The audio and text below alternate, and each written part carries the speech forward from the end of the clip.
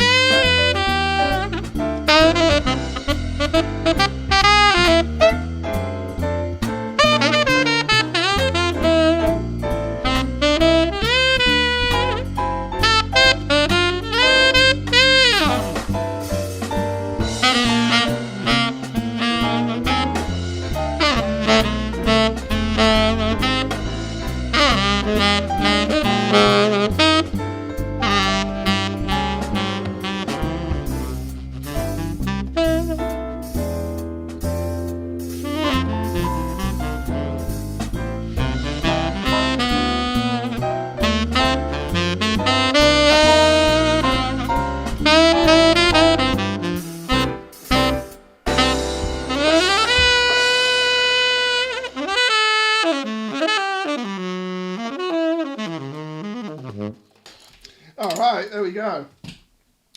I'm going to give myself a round of applause.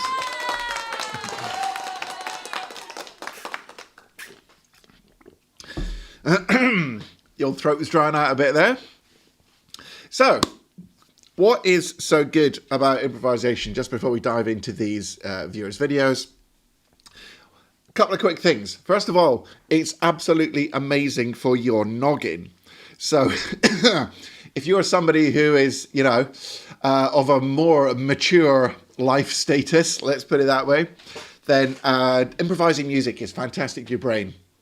It lights up like a Christmas tree, every single part of your brain, memory, processing, left and right hemispheres, memory, you name it. It's absolutely fantastic for your brain.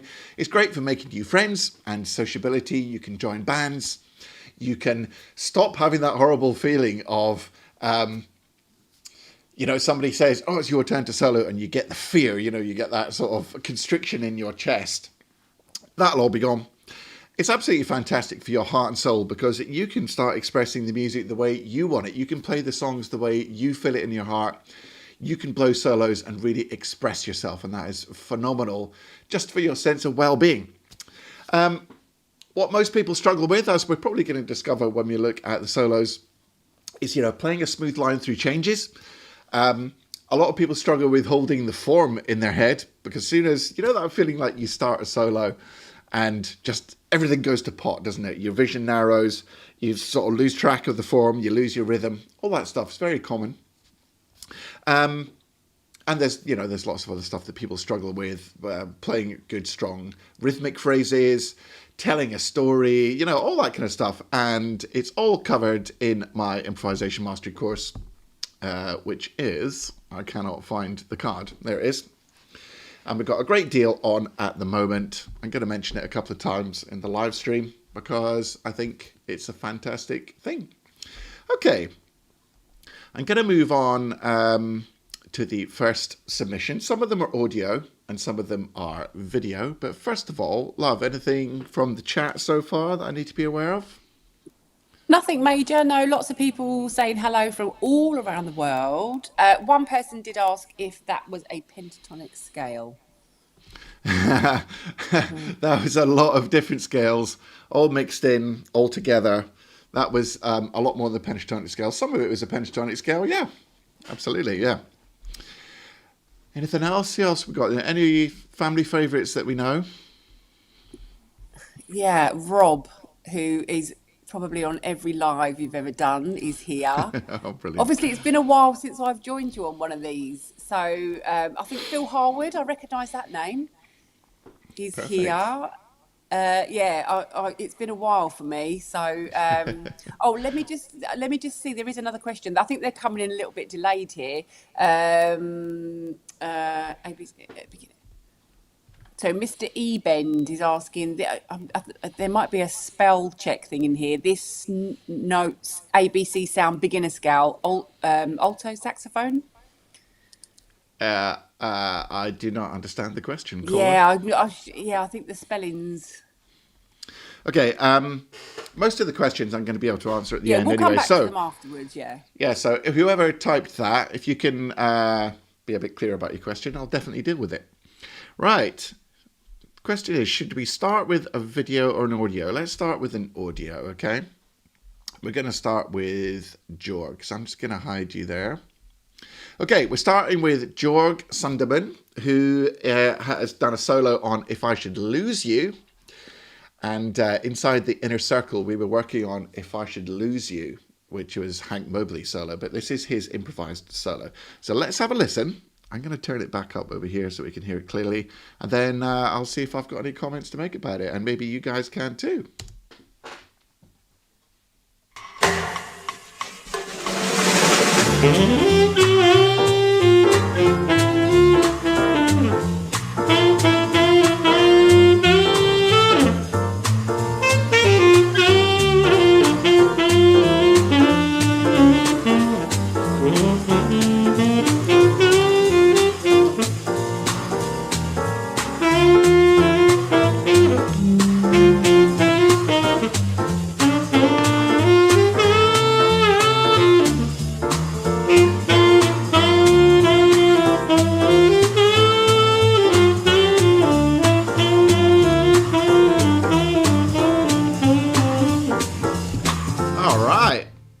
awesome stuff. Fantastic. So first of all, a round of applause for, if I can find my applause button. Round of applause for Jorg. That is absolutely awesome. Now, how do you improve something like this? Well, when it comes to playing chord changes, the hard thing is to catch all the little details and the chord tones and to somehow make a nice smooth line out of what you're playing, which is melodic. And really when it comes to something like this, which is a hard bop type song, we're really trying to think about the language of the music. So whenever you're improvising, really, it's exactly the same as speaking a language. Now, when you're speaking a language, everything that you say, despite it coming out as in your own voice and being a fully formed, intelligible sentence, it's made up of little chunks. And even the sentences themselves, if I didn't talk in sentences, you wouldn't understand me. And the same is true when you're trying to communicate your improvised solos musically. So the more you can absorb the language of the music, the better you will sound when you're playing things like this, standards. So let's have a little start from the beginning again.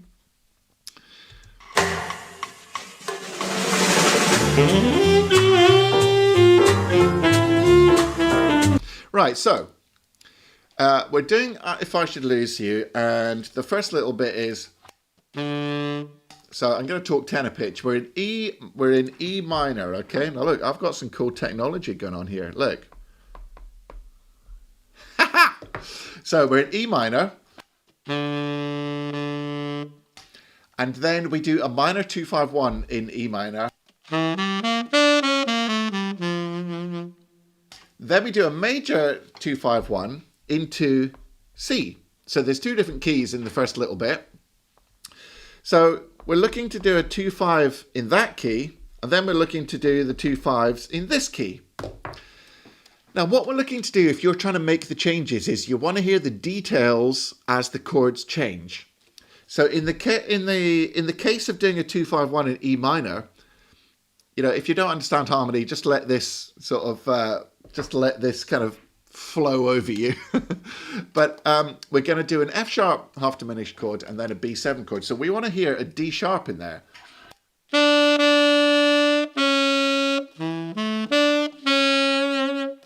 Okay, don't know if you can hear my piano, but there's E minor in tenor pitch. And we really want to hear that D sharp. So when we go back to what Jorg played.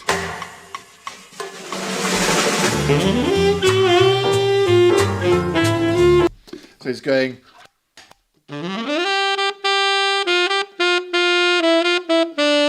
Oh, Jorg's here. Nice one, mate.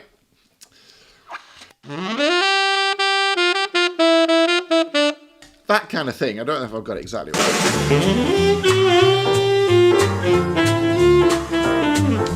But what we want to hear there, Jorg, is we want to hear a D sharp. So.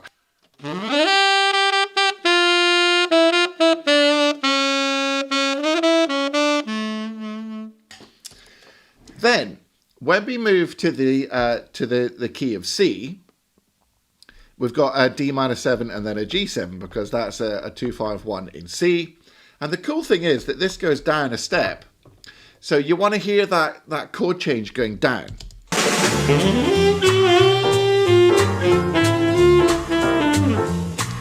Ba-do, ba-do. And what you play on that moment over this chord here is you're playing an F sharp, right? Which is kind of like the worst note you can possibly play on that chord. So instead of going, you need to go. So if I played kind of what you play again, but alter it.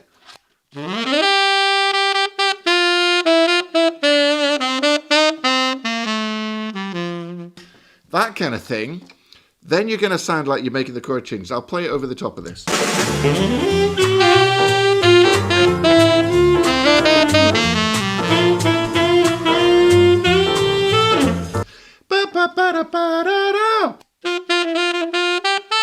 Great, so you're really playing within the key center of C there, which is exactly what you want to do. So you've pulled it back nicely. Right, let's keep going.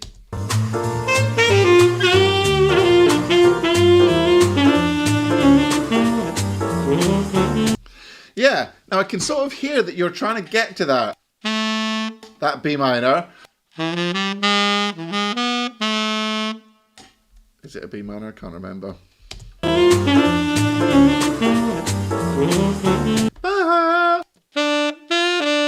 Sorry, it's back to the E minor.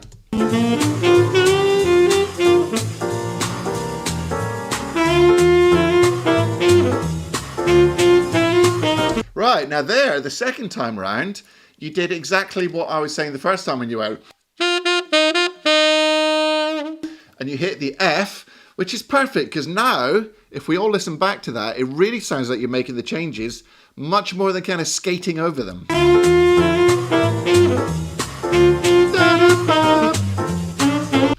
Fantastic.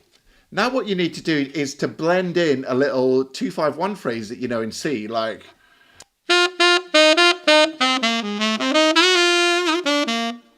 So a little 2-5-1 lick would go a long way there.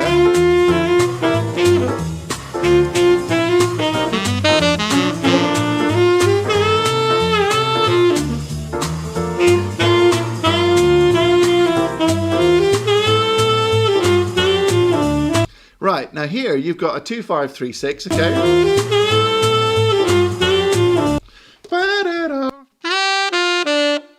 But what we want to hear is that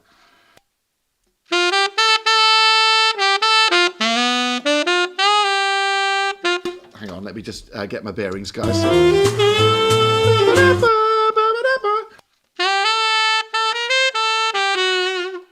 Right, so we want to hear the third of the 6th chord. That's what's really going to make it sound like you're making the changes.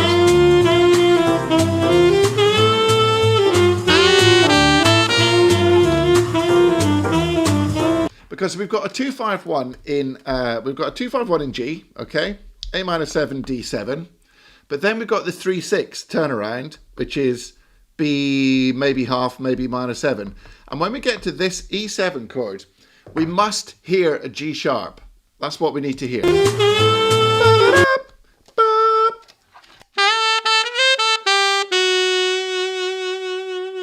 That's the key note missing. So these are the little details which are going to make a huge difference to everybody who's trying to play over chord changes. And it's to do with the voice leading, right? The voice leading is the way that the 3rds and 7ths go through the chords. And if you do your voice leading right and if you hit the right note at the right time, it's really going to make your solo sound like you're making the changes. And then the bonus upgrade to that is learning a bunch of language from other great players who've already done it, like Hank, who spell it out. And once you start doing that, you'll start realizing that they are hitting the guide tones at the right time. And everything, you know, to quote the Radiohead song, everything's in its right place. So where you go like this, for example, where are we?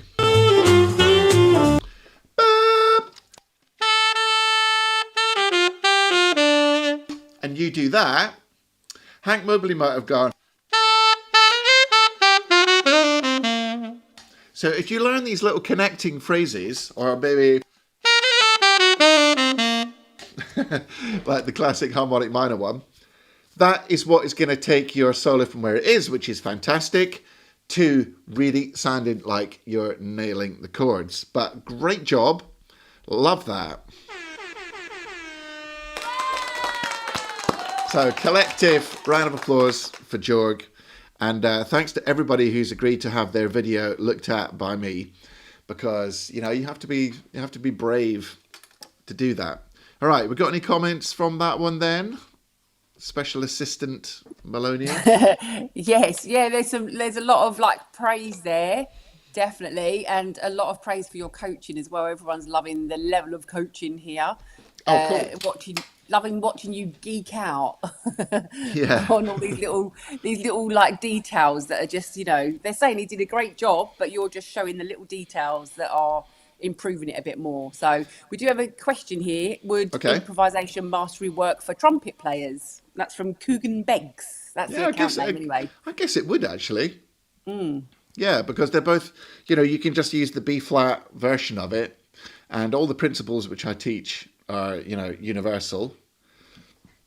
You might occasionally find yourself in a little bit of kind of sax land, but everything is basically fine for trumpet, yeah. Especially if you just read the tenor parts, and it'll come out an octave higher, of course, but you'll be fine. It'll be like soprano sax. Right, let's move on now. The next person on the chopping block, may not be chopping block, is Noah.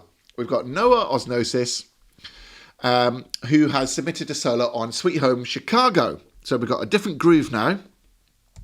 I think it's on alto. And again, in the inner circle, for the solo of the month, we looked at Blue Lou Marini's famous solo on Sweet Home Chicago from the Blues Brothers, of course. And actually, we had Blue Lou on as our special guest within the inner circle. So if you want to hear what he had to say, which was really mind-blowing, it's a great place to be. Oh, I've got some good friends in the chat, especially my good friend Barry. How you doing, mate? Miss you. Okay.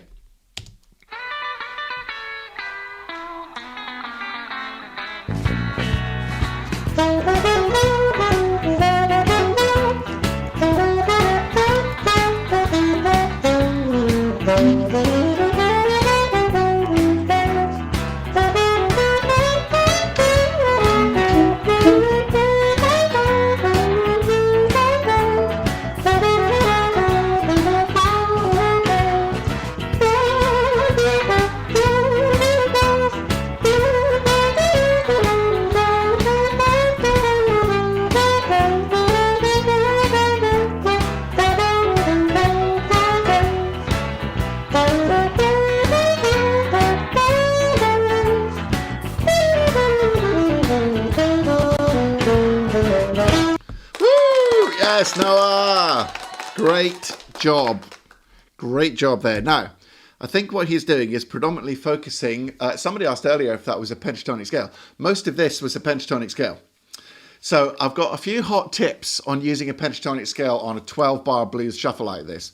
Now, unfortunately for us saxophone players, guitar players love to play in the key of E. Okay, and that's what this tune is in. It's in concert E, which puts you in pretty bad keys. You're either in F sharp for tenor or you're in C sharp for alto. The worst of all keys. So we have to get used to playing in C sharp and F sharp depending, what blues band you're in. So let's have a little breakdown of this, because I would like to hear a little bit more bluesiness, and also tactically we can change the major third to the minor third. I'm going to show you how to do it. So I'm going to talk in alto pitch for the moment, okay? The alto pitch pentatonic here is this. Now, forgive me for not saying E sharp, all right? I'm not going to go down the E sharp route, but it's actually an E sharp, not an F. Right, so that is the major pentatonic. Then, by way of variation, we can add into here the flattened third, which I'm going to call the blue note, and I'm even going to colour it blue, all right? Which gives it that bluesy feel. So, let's start from the beginning.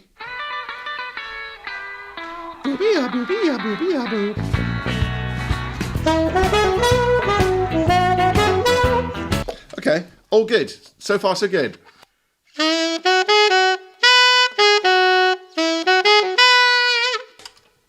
Isn't Rob from Chicago? Correct me if I'm wrong there. Okay, great. So far, so good. Then. Oh! He did exactly what I was going to say, which is hit the flattened third when you get to, bar 5, when it changes chord to chord 4. Great.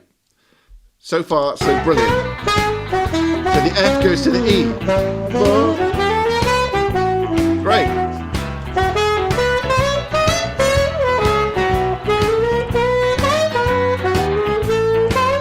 Now that is one of my favourite bits of the whole solo there. I love it. Because the chords go from chord 5 to chord 4, And what I said to people is, whatever you play on the chord 5 of your 12-bar blues, in this case, we are playing a G sharp chord going to an F sharp chord. Whatever you play in the first thing, do exactly the same thing down a tone. So if you go, let's have a think. If you go, the next bar go, which is exactly what Noah does, which is 10 out of 10. You see how that one simple change, now this was when we did the solo inside the community, that was one of my instructions. If you want to be a little bit more juicy and you don't just want to play one blues scale for the whole thing, change the third from the minor to the major, and when you get to chord 5, play one thing and then play it down. And that's exactly what Noah did. So full marks go to the top of the class. All right, let's keep going.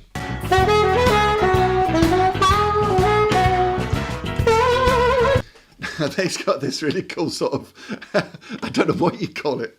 There isn't even a name for that. However, though there is, of course, there's always upgrades. And the upgrade in this case is learning some language. Remember, I started off by saying that when you're talking, you have to talk in the language of, the language that you're speaking. So in the language of 12-bar blues, even when you're using that simple pentatonic, just using the notes will get you to this point. But then if you want to get to this point, you have to use the same notes, but with really good phrases. So instead of going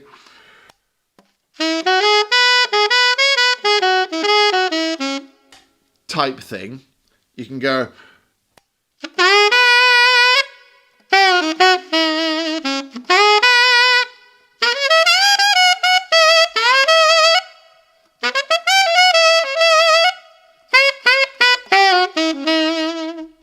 so, even using the same notes.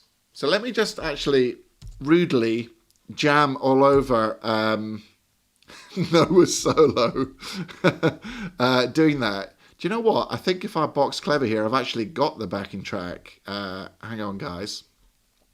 If I go to my ICM playlist here, because we did it recently, I should actually have the clean backing track and I can demonstrate this. I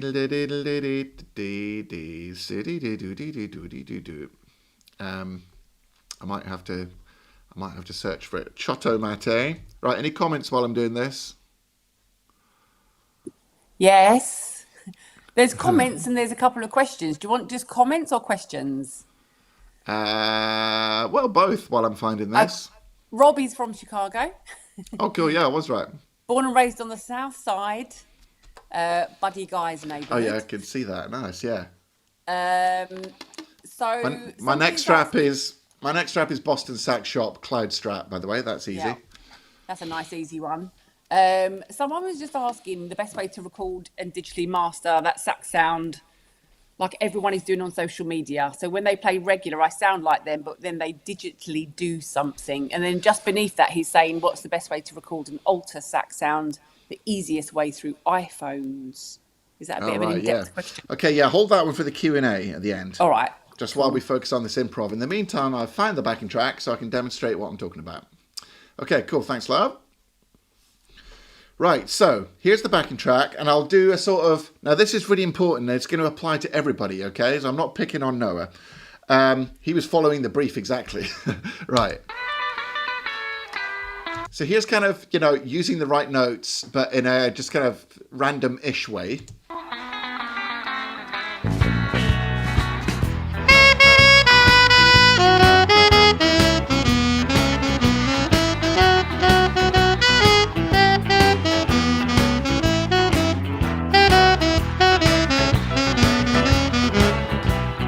All right, get the idea, okay?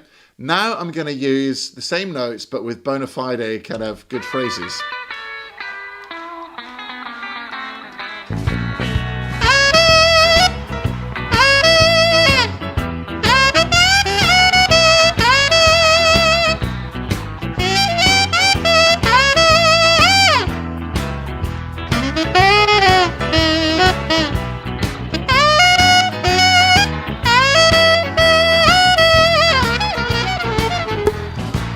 Okay, Okay, the last bit wasn't all the same notes, but you get the idea, all right? So that is really important. And how do you start learning phrases like that? You listen to your favorite players and you work out exactly what they've played. That will let you talk the language of the music. Really, really important. And then instead of, noodling all over the place, you're going to be going,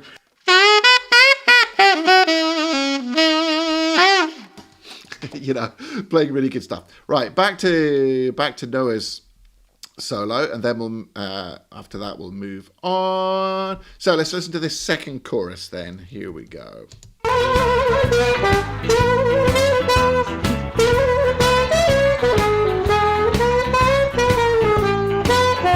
Hit the minor third again there, perfect.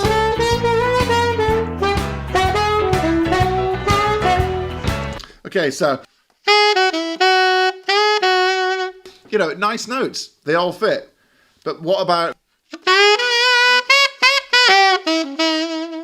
or I don't know, something like that. Nice. Oh, that was cool.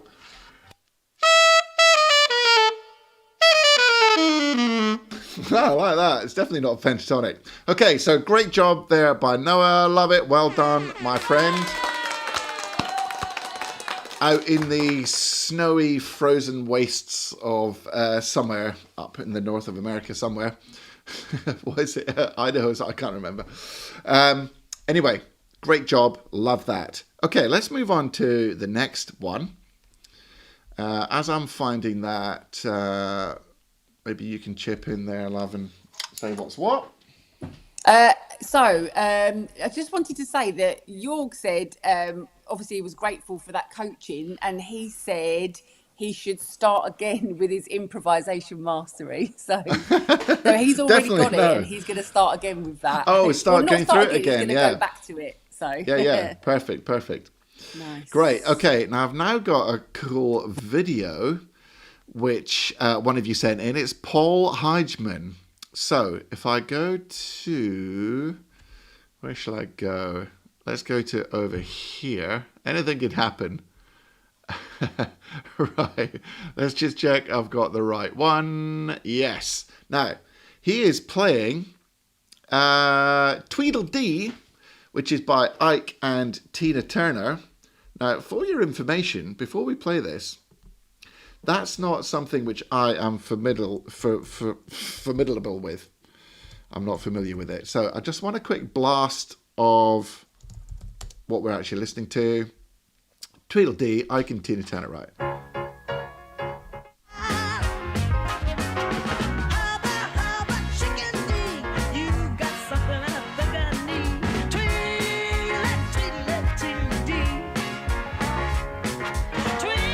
Okay, right, we get the vibe. Okay, now let's hear Paul.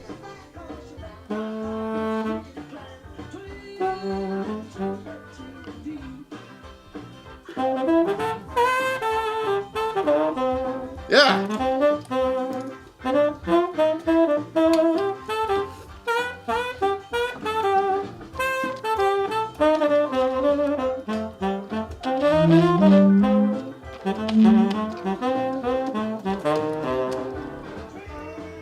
Yeah, fantastic.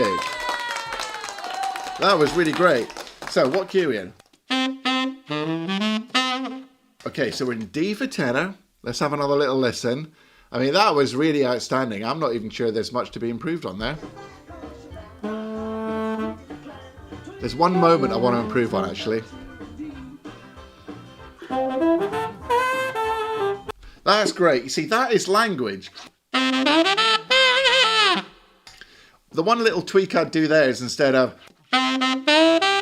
which is good, I'd go,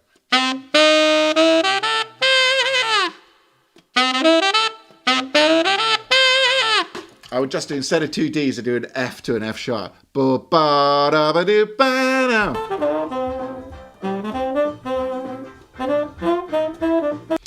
the other thing is, which isn't strictly, improvisation, but I guess they're all intertwined, is the phrasing. So the way it's articulated and swung at the moment is just a little bit gallopy, but up, and a little bit too over articulated. So let's have a little. Okay, so instead of. Incidentally, Paul, and everyone else, when you're playing in the key of D, especially on tenor, the best players in this idiom, in this genre, don't typically use normal D fingering. You either vent the D by playing the palm key D as well, and it adds some extra overtones, or some people, especially the older school guys, they just use palm key D with no octave key instead of your main D fingering. Because it gives it a more kind of barky sound. So when you're hitting those Ds, vent it with your side D as well. There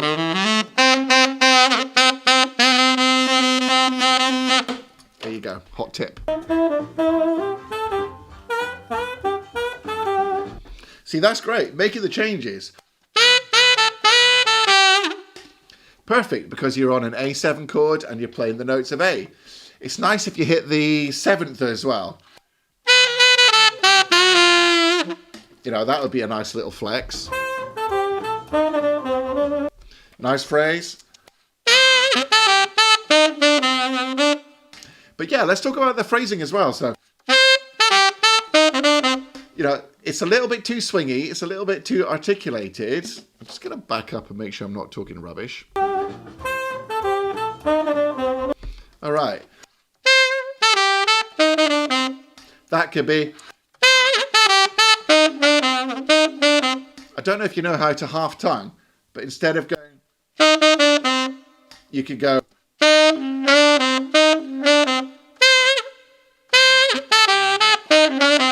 That would just make it groove a bit better. And again there.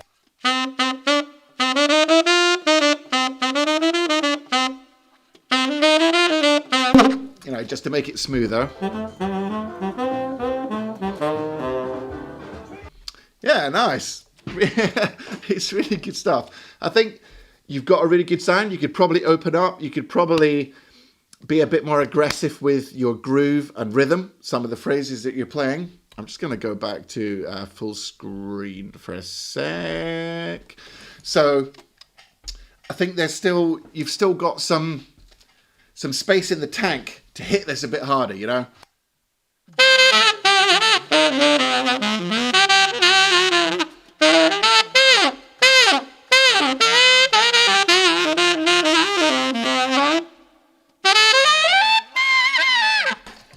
And then, of course, this solo would be really good opportunity for you to use altissimo if you've got it.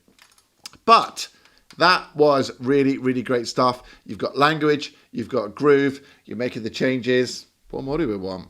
Love it. I applaud you, sir. I applaud you, sir. Okay, we've got a couple more video submissions. I thought I might play one more thing as well. Now remember, everything that I'm talking about, what you're hearing me mention here is a soupçon of what's in improvisation mastery. And the great thing about this, you see the tagline there, piece by piece, learn to create the sax solos you've always imagined. That's more than just a bit of spiel, because I did this video the other day and it's about the puzzle pieces. You might have watched a YouTube video here, a PDF here, a masterclass there, a little workshop from someone over here. And you've got a few pieces of the puzzle. That's what all these solos are sounding like so far. You've got pieces of the puzzle, but I created Improvisation Mastery to put all those pieces of the puzzle together and give you the box, the big picture to help you assemble it. In fact, you don't need help assembling it. You just start at the beginning and you work through. It's all in the right order, exactly what you need. All right, link is in the description. Right, anything to add before we move on there? glamorous assistant? Paul was in the comments, so Oh, introduced himself, cool. saying thank you, and said he hasn't got to half tonguing yet. Oh, great. Okay, yeah. So yes, and he said, "Wow, thanks." So obviously, really appreciates that. So well done, well done for submitting your videos, everyone that's done that, because it's quite a, it's quite a daunting thing to do. So I think you're very brave. Well done. Yeah, yeah, exactly. Gary, I see there saying expression rather than just getting through the changes. Yeah, exactly. Once you do the step-by-step work of learning the changes, then you can start moving beyond the changes. But if you're trying to move beyond the changes before you know the changes, you're going to be in hot water. You've got to get each step in place first. Right, let's jump into another video. I think I might struggle to criticize this one because Barb is pretty hot stuff. This is Barb Pletcher Kaufman. I don't know. Is Barb in the chat? I haven't seen her. I think she is. Yeah, I think I've right. seen Barb. There's Hey, definitely Barb. a Barb in the chat. All right, cool. Right. Let me go to, what am I doing? What am I doing? Here we go. And let's switch videos now to Barb, who's playing Bye Bye Blackbird. I seem to remember this is awesome.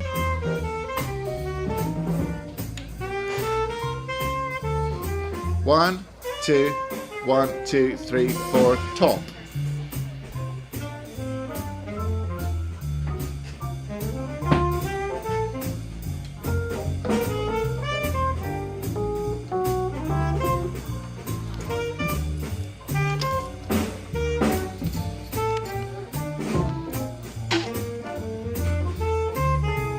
Yeah.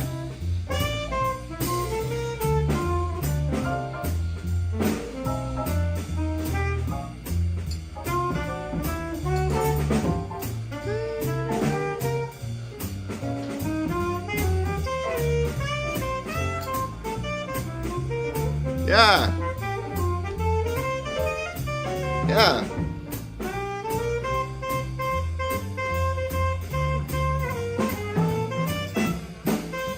Right, so as you can hear, or I'm sure you can hear, Barb is a great example of somebody who has learned a bunch of language, done a load of transcription, which is what I strongly recommended she do, and actually it's really paid off, because let's back up this solo to the start and pick it apart a bit. That's only the first chorus.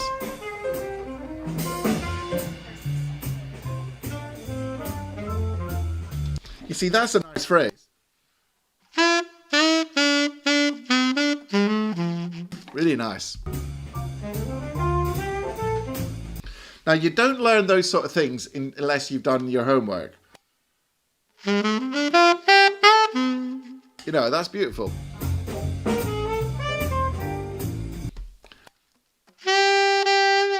And she's hitting the chord tone, which is the root. It's fantastic.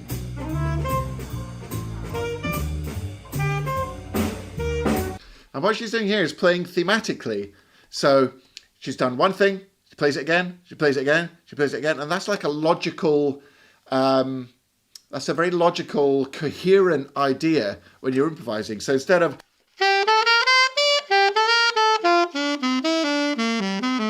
which is what you might call skating over the key, she's very deliberate.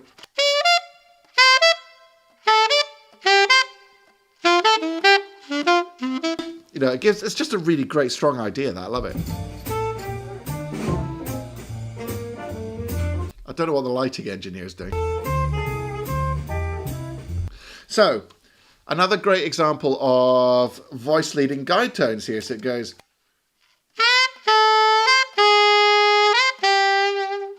So what Barb's doing is a well-established guide tone line, which I teach everybody in the inner circle, where you go from the ninth. Look.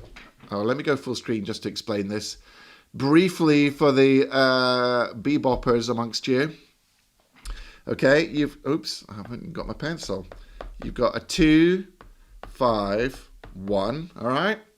Now, we're in the key of D on alto for this one, okay? So it's E minor 7, A7, D major 7, writing all over my little face there. Now, what Barb is doing there is she's doing a guide tone line, which is the 9th of E minor 7, going to the sharp 5 of A7, going to the 9th of D major 7. 9, 5, 9. Now, in reality, in this particular key, it works out as F sharp, going to F, going to E, because it descends in semitones nicely through the 2-5-1. So,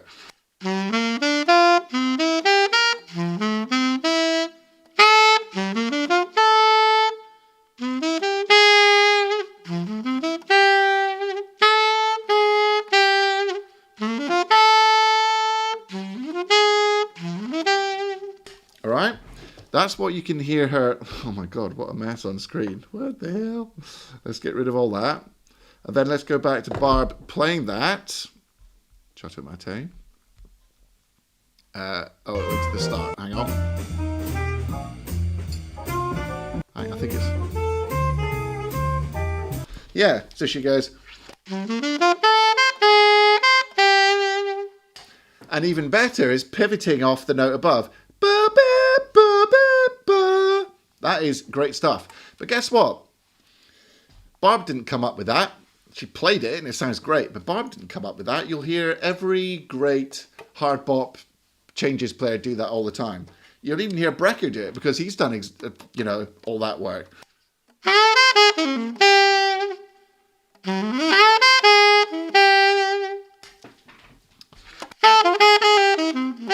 So you hear lots of players doing that, and Barb is doing it great.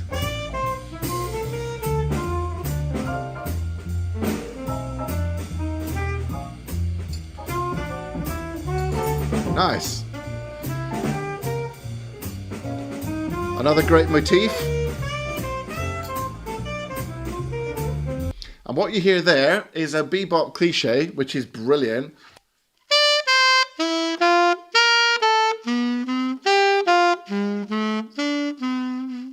You know, you hear Bird do that, you hear Cannonball do that.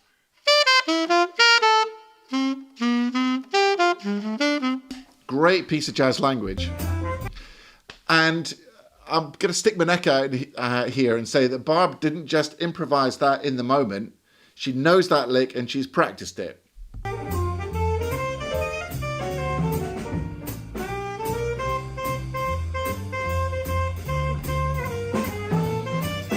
Yeah.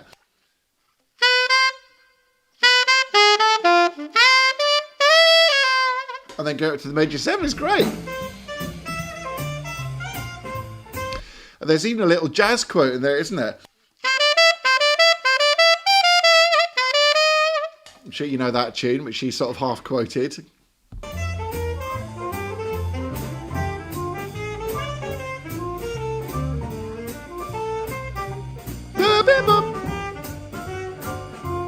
Right, and again, using a nice line cliche. You know, this is all great stuff.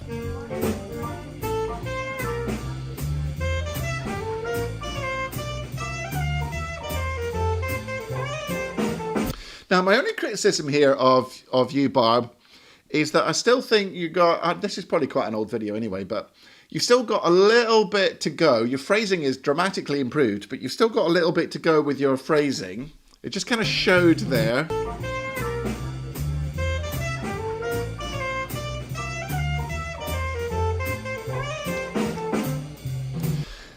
And I think there's still a bit more smoothness to go in your phrasing. So instead of...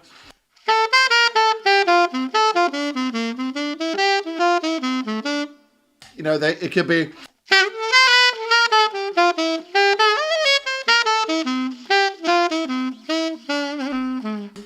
Especially because of the smooth kind of West Coast way you play it. It would really suit your style, I think.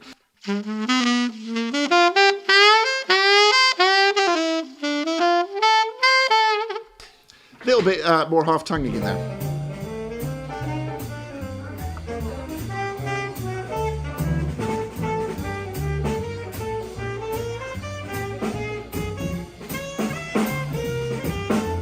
Last 8.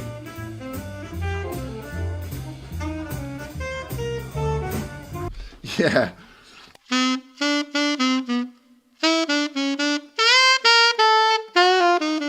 Nice.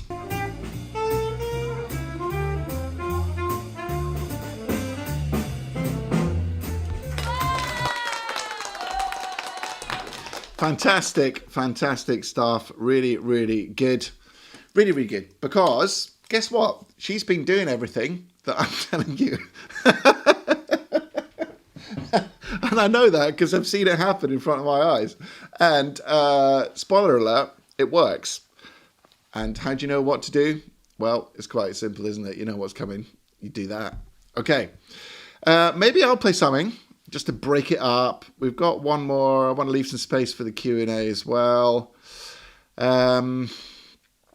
Any other comments there while I set something up here, love? Yeah, I just wanted to say that Barb popped in and said the lights had all gone out that night. They were on a generator. Oh, right. I wondered, yeah, the light. And Then then all she's suddenly come back criticising the on as light well. person. We've got Mark Monskila in the comments saying she plays the space well. Rob giving her lots of encouragement there. Dylan giving lots of encouragement. Tommy DJX, lots of people giving her lots of claps. Well done, Barb. That was amazing. Yeah, that was pretty insane. Congratulations. Okay, I'm going to play Body and Soul. Anybody like Body and Soul? Bit of a bad salad for you. Okay, I'll play this and then we'll think about some questions and take it from there. I'm not too familiar with this backing track, so what you're going to hear me dealing with here is trying to react to something I don't know what's going to happen. But, you know, may the force be with me. Let's go.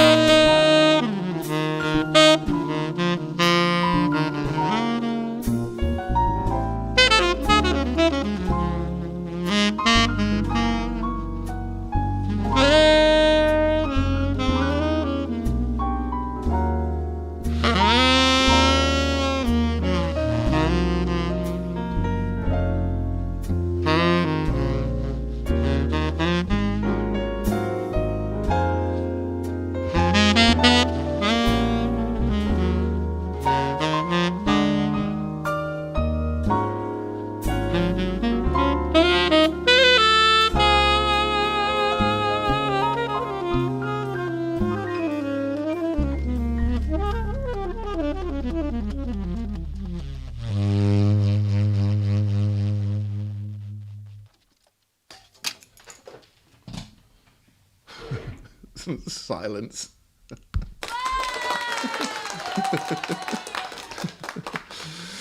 All right, cool. That was all right, wasn't it? Love that tune. That was lovely. Well done. Lots of lovely comments in. Right. You know what's weird? I have to.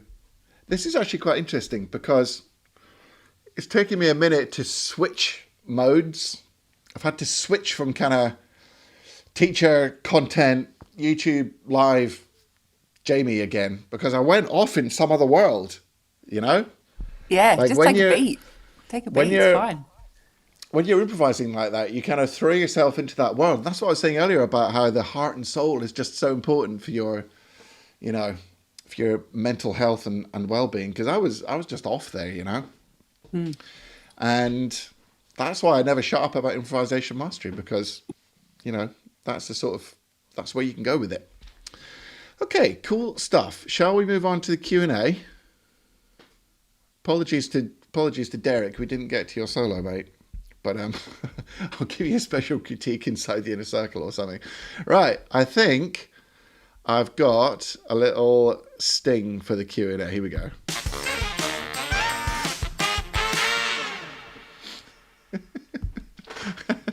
I love it. Now then, we've got a bit of a mix-up there on screen. So I think what I did last time was I went to source and made it blank. That's done it. Great. Okay. Have we got any questions? We have. I'm going to just start with, so that I can scroll through. I'm going to start with two that you can just like churn these out. What do you think Okay. about Tubby Hayes? Love Tubby Hayes. Yes, Absolutely there you go. Nice. awesome. Burning. One of the greatest ever, not just greatest ever players to come out of the UK, one of the best players anywhere. Fantastic. Love it. Excellent, excellent. Somebody in here, you can answer this one while I am scrolling through because there's quite a few questions that went all the way back. Okay. Can you run through your setup? Yes, sure. Right. So I've got as you can obviously tell, I've got a Selmer Mark 6. And Alex Garnett gave me this sort of slightly increased mass screw, not an insanely big one, but I tried it. And here's the thing about my gear. I'm an instant decider. If I like something, I know straight away. I don't mess around. Then, oh, by the way, you know, it's 1974. Good year, that. I've got a 1974 sax, 227,000, which I've had since early 90s. It used to be really shiny when I got it. And then my mouthpiece is a vintage Florida link, the USA Florida link, 8-star. I haven't had it measured, mind you. And I got to tell you, I've never found a single other mouthpiece on the face of this planet which plays as well as this mouthpiece. So that's my setup there. The reeds I play are Boston Sax Shop 3.5, and they are. Hang on. Let me just fact check myself for a minute. I've got this cool reed case. Shout out to Carlos for this. The Lagan Music reed case. All your reeds are in here like this. It's really cool. So let me just fact check my reeds. I'm sure they are. Are they alto reeds? Boston Sax Shop 3.5. Yeah. And I think they're silver. That's it. They're Boston Sax Shop Silver 3.5. Now, this makes it look like I have a complicated system of reed rotation. I'm afraid I do not. I put the saxophone community to shame with my reed rotation. My reed rotation involves get a reed, play it, get another one, play it. That's it. That's my reed rotation. Sorry about that. The ligature, by the way, is a Selma 404, classic ligature. Now, part of me wishes I still had the, single screw Autolink because, Wayne's got it, Train's got it. You see it in all the album covers and it looks super cool. But it doesn't work as well as this, so I've got to bite the bullet on that. Now, on alto, I've also got a Mark 6 in the cupboard, but at the moment I'm playing Jay's Better Sax Session, the Black Bomber of Doom, because I love it. It's a fantastic horn. So I highly recommend these Better Sax Session horns. And my alto mouthpiece is Jody Jazz 8-star HRM, whatever it's called, just the basic one. And the ligature, that is Van Doren. Oh, where's Wally when you need him? He swears by these things. Van Doren. He's always talking about his Gold Rose version. Van Doren. Right, you guys are geeks. Tell me what ligature that is. Rose. I can never remember. You guys will know. Then actually at the moment I'm just playing this Ven. I've got a synthetic reed in alto. Ooh. I've got this Ven 3, which is really hard and it's really loud, and I don't have to warm it up, and it's fun. So that's that. That's my setup. So that was easy. Oh, and Boston Sax Shop Cloud Strap, and my case is their Ambassador too as well. You probably saw my video. Love it. Big shout out to Jack. He makes the best stuff. Okay, next. Mixie664 says the hardest thing with improvising for me is having the internal repertoire of rhythms. Not really a question, but I think you can expand on that, can't you? Yeah, there's a bonus course on improvisation all about rhythm to help your rhythm develop, and also the whole course starts with working on your rhythm, because the rhythm is intrinsic to the whole thing, and you don't even need to play it first. You can just clap, you can sing. It's call and response. It's really gonna help your. It's not a Van Doren aged gold, no.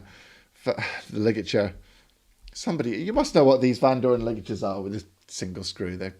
Anyway. So yeah, loads of rhythm in there, so that's really going to help. But I like the way that you use the word feel, because feeling the rhythm is really, really important. What else we got? Oh, MO, thank you. Yeah, it's the Van Doren MO. Nice one, Clack. Stuart says, I hear people say tell a story in your solo. How does this work? Any tips? Yeah. So I've got a whole module. You're going to get bored of it, aren't you? There's a whole module. Look, that's your face on me. That's funny. Anyway, there's a whole module in improvisation about how to create story of your solo. And you can do it with dynamics. You can do it with motifs. You can do it with how fast you play. You can do it with how low and how high you play. And you can do it by even like climaxing in a high note. There's lots of different ways to shape your solo. And obviously the context is very important as well. If you're playing a standard, it's a completely different idea of telling a story than if you're doing like a long, 10-minute funk epic like Kenny Garrett on that Miles Paris concert or something. So lots of different ways of doing it, but the main thing is to be intentional. And, this goes for all your improvising. If you're intentional about it, and, like Barb was going, ba-da, ba-da, ba-da, ba-da, ba-da, ba-da, that's interesting. That's going to keep people listening. If you're just in noodle flatland, just blah, blah, blah, blah, all the time, that is not going to communicate your story. Cool. Paul says, great playing. I have the same neck strap as you, the Cloud. Did it take you a while to get it comfortable? I keep fiddling with the toggle on the back, but I'm not sure if I have it right. Yeah, totally. It's a nightmare fiddling around, yeah. I still don't think it's that. I've still got to make some changes. You can kind of bend it, to fit your shoulders and stuff. And I was like, is that right? Is that right? But I just had to give it up in the end. But it is comfy, yeah. So, yeah, I feel your pain, brother. Rob's put a great comment in here replying to Stuart, and he said, a tip from saxophonist Bob Reynolds: reading music or playing music by memory is not the same as listening and internalising music and playing from the heart. Nice quote. Very true. Yeah, very true. Yeah. And Bob's full of wisdom like that. Yes. Gareth Ball says, as much as I love listening to jazz, I want to learn more towards pop and DJ sax with my playing. Is the course and the inner circle still the right place for me? Well, both are the right place for you. And here's the reason why. Because the course is a step-by-step, systematic, one thing builds on the other way of learning how to improvise properly. The community is a place where you can vibe with people, you can learn phrasing for the inspiration solo of the month, you can see what I do backstage, there's a bonus YouTube video. It's like the community place where instead of, playing your favorite lick for the 10th time or talking about Van Doren MO ligatures, as your nearest and dearest start rolling their eyes, that's what the inner circle is all about. It's the kind of inside track where you can geek out and share your frustrations. You can join the monthly Q&A with me every month, where I will literally answer your questions, but not like this, not in the chat, on Zoom, on video. So you can play for me.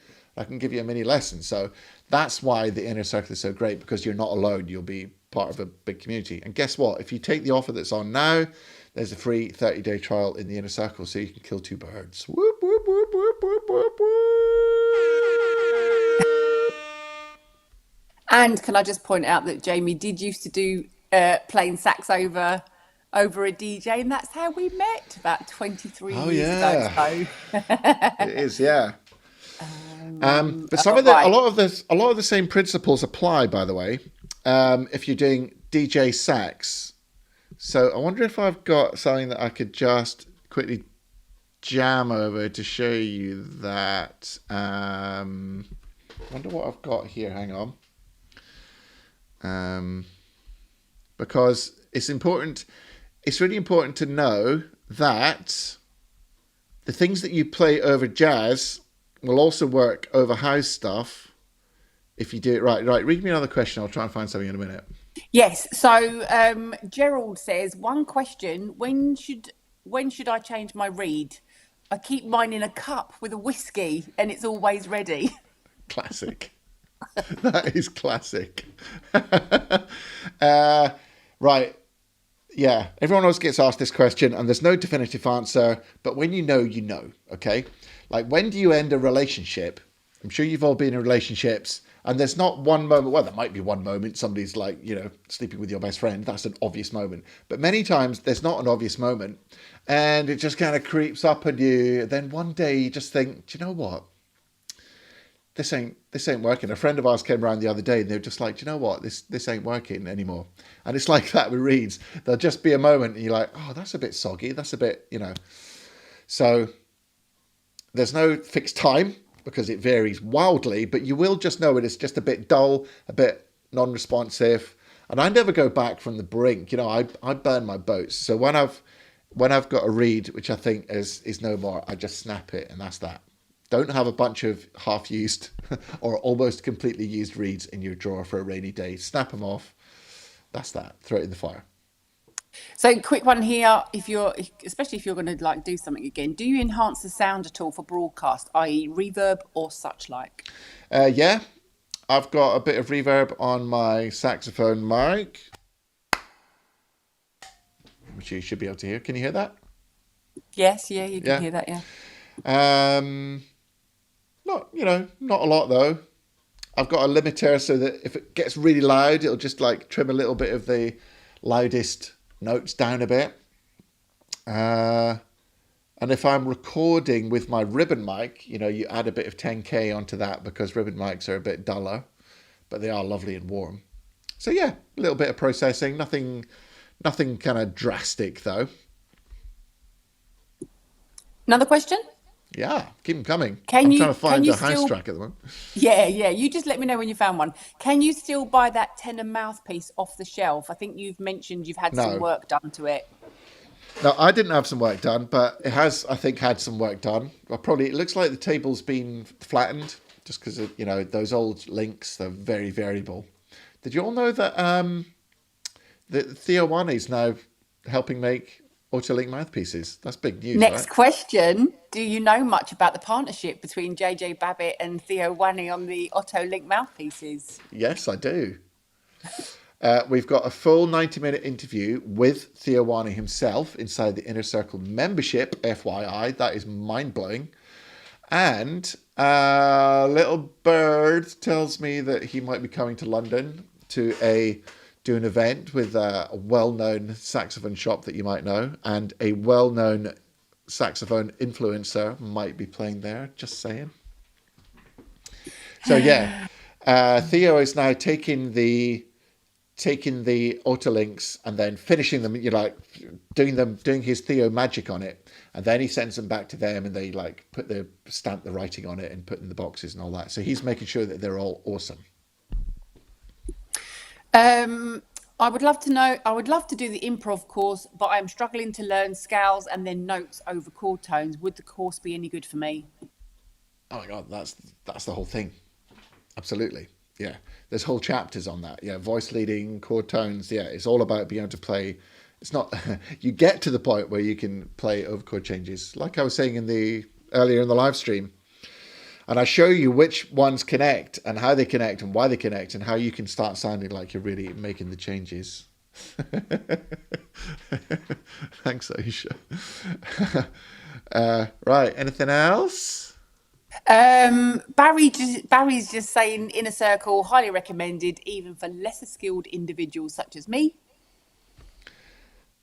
Oh. And yes, have you put the link in the comments or in the description? For the what?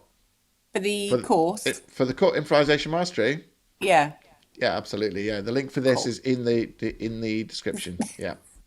I know you're on my head. Yeah, that's it. That's all the questions. Okay, so what I'll do is, because I can't instantly find a house track, what I'll do is I'll get that. What's the name of that Kylie one that I love, which is great for jamming on? Do you know what? Even better. I'm just gonna do it like you would if you were doing a DJ gig. I'm just gonna go straight into some sort of deep house playlist. While you're doing that, just quickly, yes. Yeah. M Bowker, the Improvisation Mastery is go at your own pace. It's literally Yeah. You can do it at whatever pace you want to do it. Awesome. Yeah, absolutely. So let's find a track.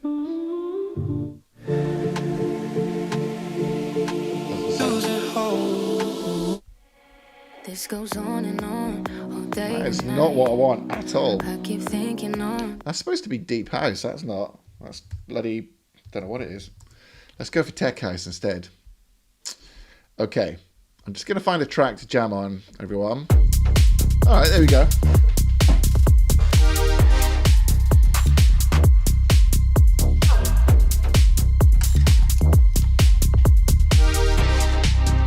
Okay. So the first thing you do when you jam in DJ Sax is you find the key. So you sing it. Let's get to a bit where it actually kicks in. A place to stay. Get your and then you find that note.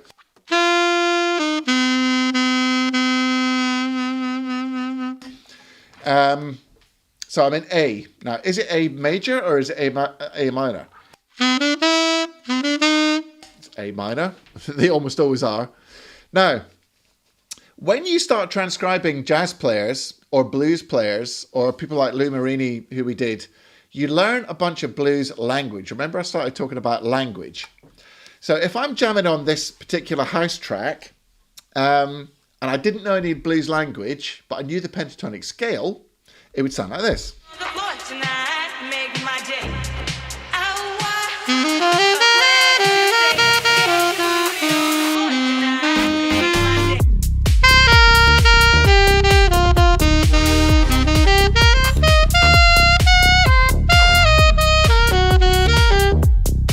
All right? It's not that great. Nobody wants to hear that. This is what people want to hear.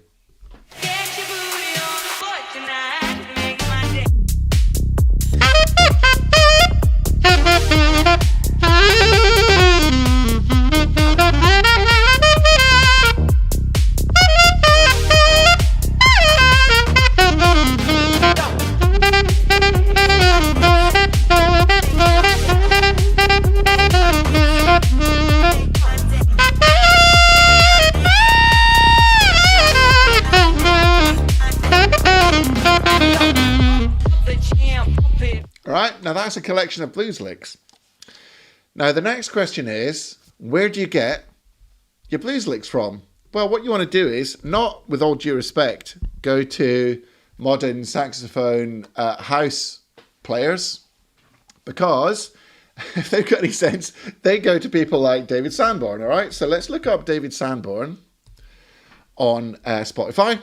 I'm going to choose something. It's Run for Cover, all right? First thing that came up, because I guarantee you, almost the first thing I hear is going to be a usable track.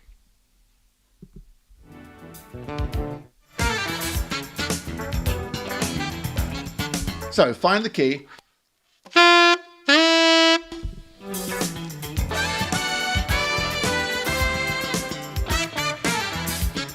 Right, let's find a solo.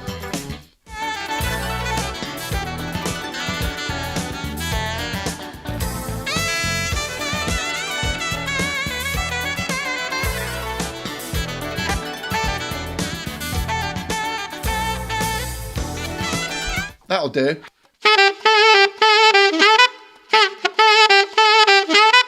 Okay.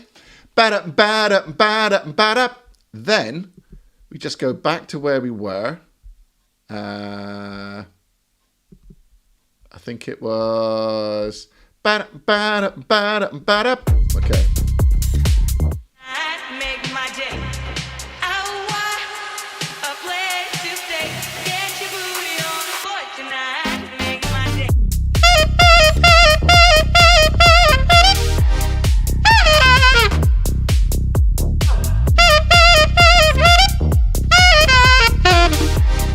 So, the point is, you just get yourself somebody absolutely banging like Dave Sanborn or, you know, well, take your pick, Gerald Albright, whatever. And you find the most wicked, funky blues licks you possibly can. You play them exactly with the right phrasing, and then you jam that over your DJ sax. What you don't do is just play any old thing.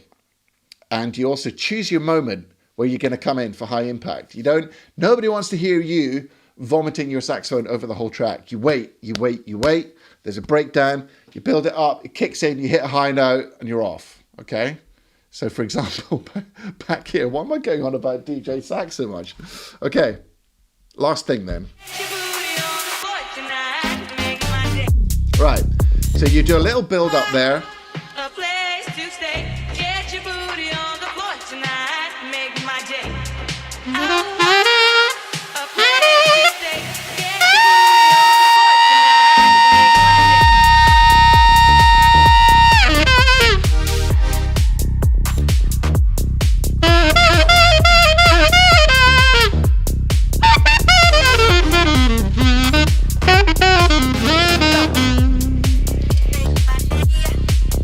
So there you go. Gerald Albright's your golfing buddy. No way. Wicked. All right. Okay. If you want to find out what is in the special deal, just click the link. It's all listed. I'm not going to waste the live stream on that. Have I missed anything, love? Or are we like done and dusted? I don't think so. I think we've done everything. long? Auto Locksmith was just asking, is it over a set period? I have answered you in there. I don't know if you saw that, but yes, no, it's not a set period. You can just take as long as you like to do it. So That's right. Yeah. You just progress when you're ready to progress. So that's the whole beauty of the course. It's not like a 6-week program. You know, you do the bit and then you work on it and then you move on to the next bit. Okay, this has been a lot of fun. Thanks very much, love. thank you for having me. Thanks for manning the phones type thing. That's a really old school. Showing our It's a age, really old isn't it? school thing. Online one. All right. Thank you all so much for watching. One more time, remember to go and check out the link, which is in the description. I'm going to get it with you for a minute. There we go. And the offer closes tomorrow at midnight. So you've only got one more day to do it. Go and check out the video. If you don't like it, you've got a free 14-day, no questions asked refund policy. So there's zero riscitus maximus. All right. I hope you enjoy it. I can't wait to see you in there. It's been a blast. Thank you all for coming. And a special final big thank you for all our participants who have bravely put themselves on the line. So thank you, guys.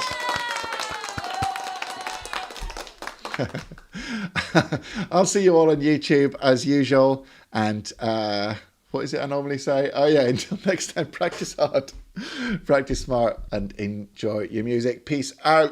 See you later, everyone. See you later.